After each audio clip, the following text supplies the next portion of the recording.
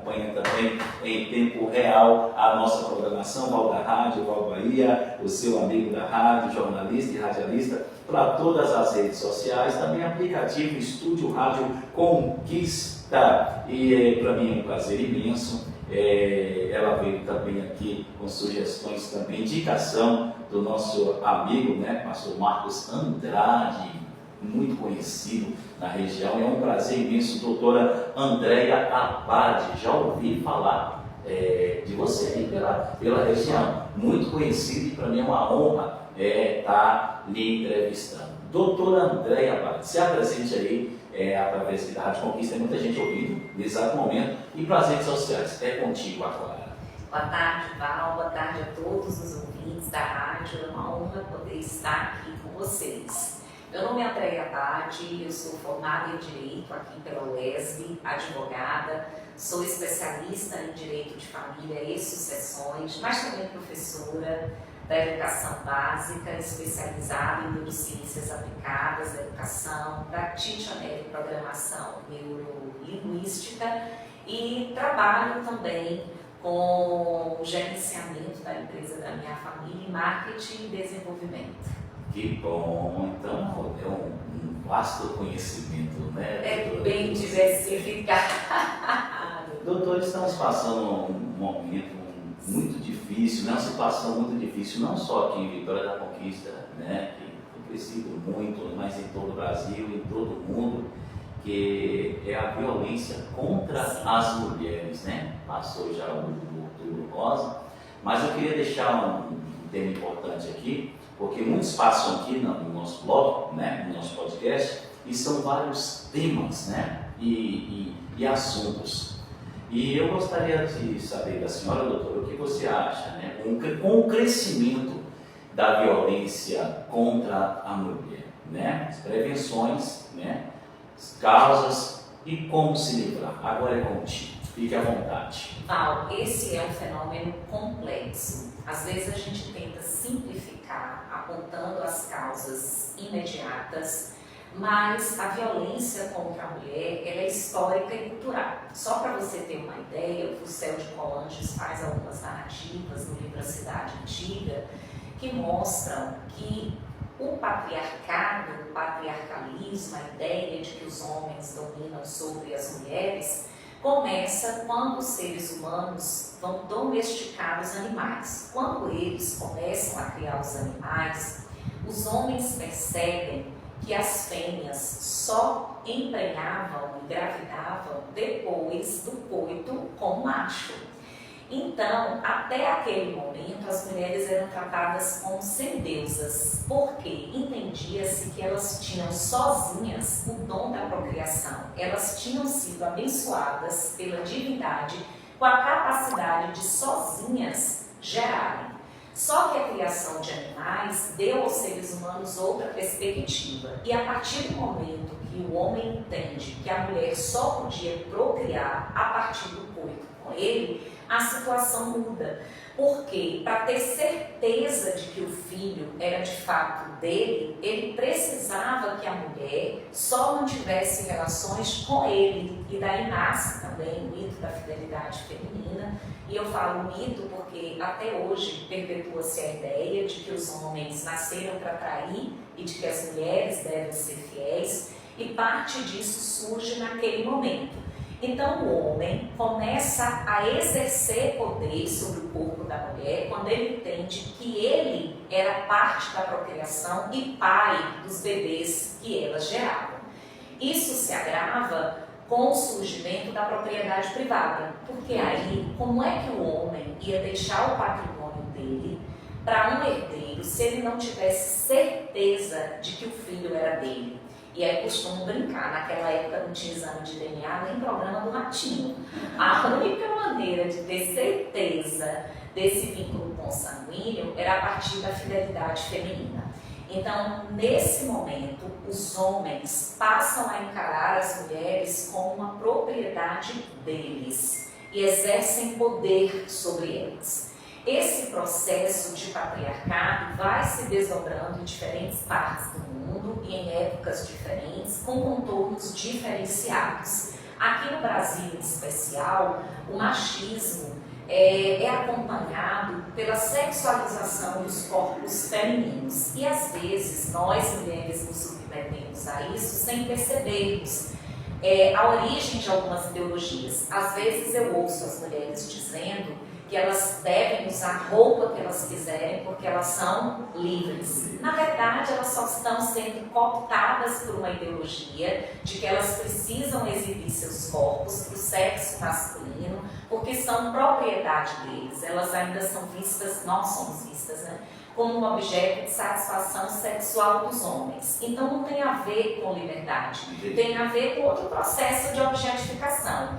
Até recentemente, nós mulheres éramos vistas todas como esposas, mães, donas de casa. Por mais que nós fôssemos diferentes, a nossa identidade era uma só e estava a serviço do sexo masculino. E a gente acha que evoluiu, porque a gente agora trabalha, estuda, tudo isso é importante. São conquistas que, por exemplo, me permitem estar aqui. Mas aquela objetificação que prendia as mulheres dentro do lar e no espaço privado só mudou de feições, porque agora nós somos vistas como objeto de satisfação dos desejos masculinos e isso impõe sobre a gente uma outra feição cultural, que é essa da exposição dos corpos da mulher. Na mídia, os programas de auditório, sempre tem as bailarinas, né, dançando com uma roupinha curta, as cantoras exploram a erotização dos corpos, a gente assiste aos programas, aos realities, sempre expondo o corpo da mulher. Então nós não somos livres, nós só estamos vivendo um outro processo de objetificação, que é também uma das feições do machismo. E isso responde à sua pergunta: por que, não é, que a violência contra a mulher cresce? A verdade é que nós sempre sofremos com a violência de diferentes formas por uma questão cultural. E hoje eu diria, a partir do que eu leio em alguns filósofos, sociólogos, como Bauman, Gerdau, Byung Chul Han, a gente tem um esgarçamento das relações sexuais. Agora, olha que interessante. Essa manipulação do sexo feminino começa com o surgimento da propriedade privada.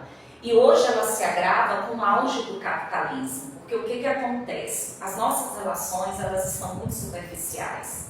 Elas estão cada vez mais fragilizadas. Nós não estamos constituindo relacionamentos baseados no afeto. Principalmente as relações amorosas, elas estão muito fundadas no sexo. E isso contribui para que a objetificação do corpo da mulher cresça e a sensação de propriedade também. Os relacionamentos, eles não estão baseados em afeto, em cuidado, em amor, em respeito. Nós estamos sendo destituídos desses valores que são importantes para a harmonia social. Estamos cada vez mais cultivando sensações e emoções que, infelizmente, expõem a mulher a esse tipo de violência, né? Quando a gente pensa na prevenção, a gente precisa entender, como eu falei aqui há pouco, que é um fenômeno complexo. E quando o fenômeno é complexo, a gente não tem uma solução e normalmente ela não é uma solução de curto prazo. É claro que o rigor da lei contribui, né? O governo tem trabalhado nesse sentido, de quando em quando a gente vê uma lei nova de proteção às mulheres, ou as leis que já existem, elas são modificadas para poder aperfeiçoar isso. Mas elas precisam ser cumpridas. Quantos homens efetivamente são presos por terem praticado um ato de violência doméstica, não é? A gente precisa entender que o que torna a lei eficaz não é o rigor dela, mas a eficácia. E o que é a eficácia? É a certeza da punição. Então é preciso que os homens tenham certeza de que serão punidos se praticarem os atos de violência doméstica. O Brasil tem boas leis, mas essas leis nem sempre são respeitadas, né? Outra coisa importante, Val, é a educação. Se trata de um fenômeno cultural, se aquilo que faz a violência eclodir, sobretudo, são os nossos valores, os nossos conceitos, né? A gente precisa desconstituir os que já existem e erigir conceitos novos. O machismo se perpetua dentro da sociedade por um canal que é cultural. Então, as mães dos meninos precisam educá-los a não serem machistas, né? A gente precisa conversar sobre isso dentro das escolas. A gente precisa ressignificar o papel das mulheres. A mídia precisa fazer a parte dela, porque a mídia explora muito o corpo da mulher, objetifica demais. Eu costumo brincar, às vezes, quando eu falo sobre isso com os meus alunos, que para nós é impensável ver um homem, me permita falar aqui, por exemplo, de fio dental dançando em cima do palco. A gente chega a achar engraçado, mas a gente naturalizou isso quando se trata de uma mulher. Então, o machismo no Brasil é estrutural. Ele está tão enraizado que a gente não percebe, até que a gente pensa a situação às avessas, colocando o homem no lugar. Então a mídia também precisa rever esse papel, porque às vezes ela faz muita campanha contra a violência contra a mulher, ela expõe os atos de violência contra a mulher, ela coloca o tema em evidência, mas por outro lado, ela continua objetificando os corpos femininos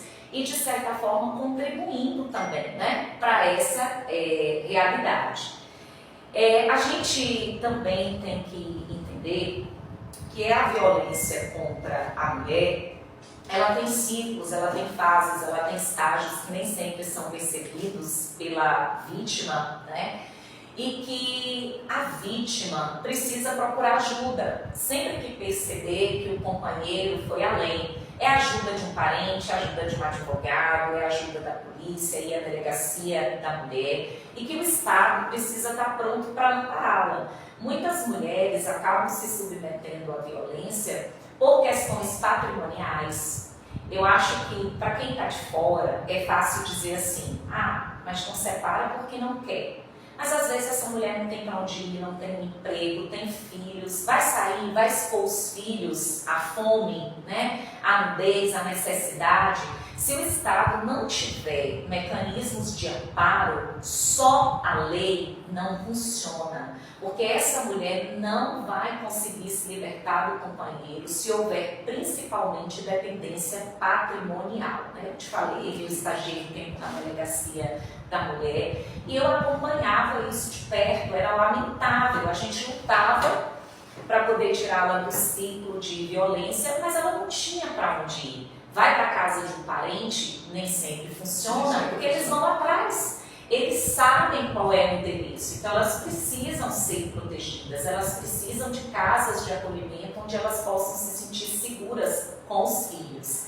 É preciso oferecer assistência jurídica, é preciso ter assistente social, é preciso ter psicólogo. Quando não há uma dependência financeira, existe uma dependência emocional. E tudo isso é fruto da cultura em que nós estamos imersos. O Brasil é um país machista, é um país que erotiza a mulher. Tanto assim que lá fora as mulheres brasileiras costumam ser vistas como prostitutas. Não é? Então, trata-se de um fenômeno complexo e, sendo complexo, a solução dele vem de diferentes âmbitos e só vai acontecer a médio e a longo prazo. Doutora, em um breve tempo, foi um resumo muito importante, foi um assunto muito importante. A senhora trouxe você trouxe desde o contexto histórico, né? Falou as causas, né? Falou também como as prevenções e foi um assunto muito importante. Doutora, eu quero agradecer. Eu que agradeço. Agradecer. Volte mais vezes. Espero, só me convidar que eu volto, eu sou muito falante. Gente, doutora, aqui, a senhora já chegou aqui, tem um pessoal aqui também, já está te dando boa tarde. Boa tarde.